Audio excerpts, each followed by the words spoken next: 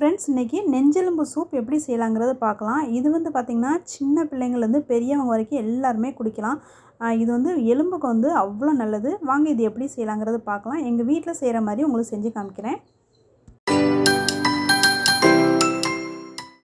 இந்த சூப் செய்கிறதுக்கு நெஞ்செலும்பு 200 கிராம் அளவுக்கு வாங்கி வச்சுருக்கேன்.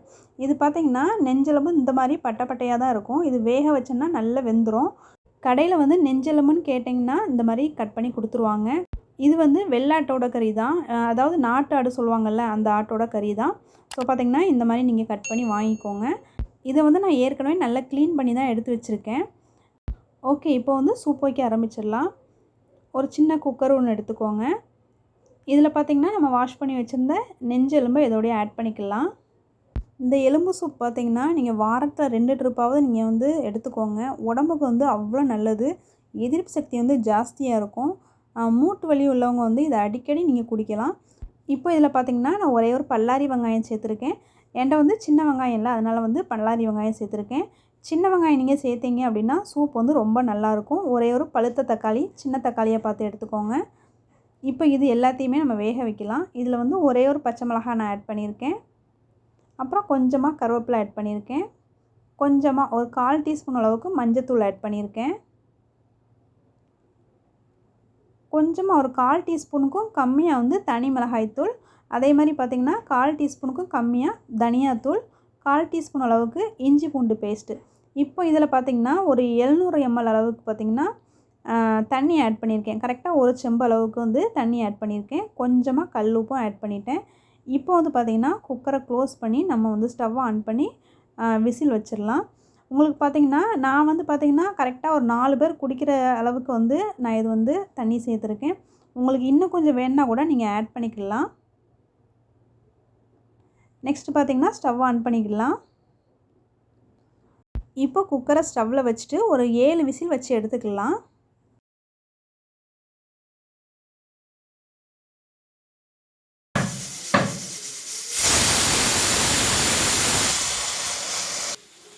ஓகே, இப்போ 7 விசில் வந்துட்டு விசில் நல்லா நின்னதுக்கு பிறகு குக்கரை ஓப்பன் பண்ணிக்கலாம். சூப்புக்கு பார்த்திங்கன்னா தக்காளி வெங்காயம் வதக்கியும் செய்யலாம். ஸோ நான் எப்போவுமே பார்த்திங்கன்னா இந்த டைப்பில் தான் நான் எங்கள் வீட்டில் செய்வேன். எங்கள் வீட்டில் செய்கிற மாதிரி தான் உங்களுக்கு செஞ்சு காமிச்சிட்டு இருக்கேன். இப்போ வந்து குக்கரில் வந்து எலும்பு கறி எல்லாமே நல்லா வெந்துச்சு.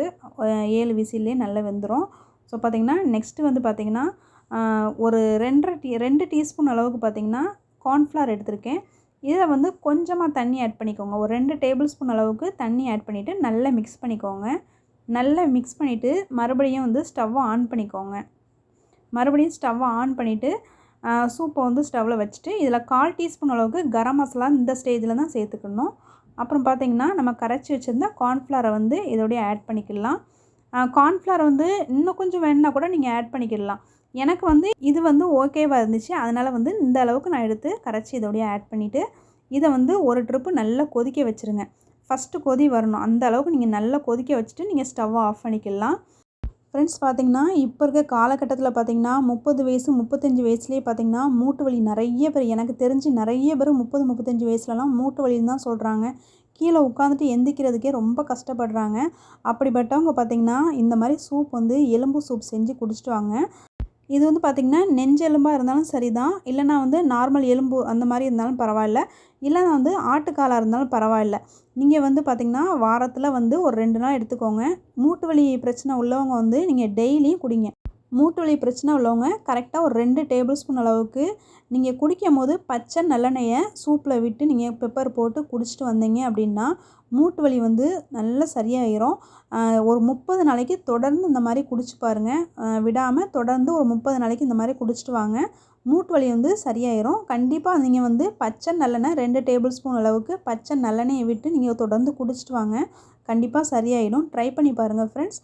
குழந்தைங்க வந்து ஸ்கூல் விட்டு வர்றதுக்கு முன்னாடியே நீங்கள் வந்து இந்த சூப் ரெடியாக செஞ்சு வச்சுக்கோங்க. ஸ்கூல் விட்டு வந்த பிறகு அவங்களுக்கு வந்து ஃப்ரெஷ்ஷப் ஆன பிறகு ஃபஸ்ட்டு இந்த சூப்பை கொடுத்துட்டு அப்புறம் வந்து நீங்கள் வேறு எது வேணாலும் கொடுத்துக்கோங்க. இதில் வந்து அதிகமாக எதிர்ப்பு சக்தி இருக்குது. இந்த வீடியோ உங்களுக்கு பிடிச்சிருச்சுன்னா லைக் பண்ணிக்கோங்க. மறக்காமல் என்னுடைய சேனலை ஃபர்ஸ்ட் டைம் பார்த்துட்ருக்கீங்கன்னா சப்ஸ்கிரைப் பண்ணிவிட்டு பாருங்கள் ஃப்ரெண்ட்ஸ்.